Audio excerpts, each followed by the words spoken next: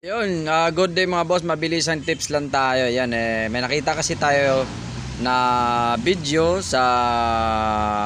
na isang content or yan na lady driver na natakot siya, nagbulusok siya sa isang palusong ba.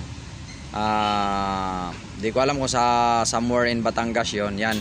Ang kanyang makina or ang kanyang kotse ay automatic yan. Ito magbibigay tayo tips sa mga automatic. Yan, pag automatic po ang sasakyan nyo, usually kung old model yan or new model, kalimitan yan, hanggat maaari, para iwasan natin yung pagkasira din ng transmission, pag sobrang palusong talaga, wag na tayong gumamit ng drive. Yan, pwede tayong mag-change ng gear or parang manual ba, kasi ang mga automatic may parang manual yan. Hanapin nyo lang kung depende sa unit nyo.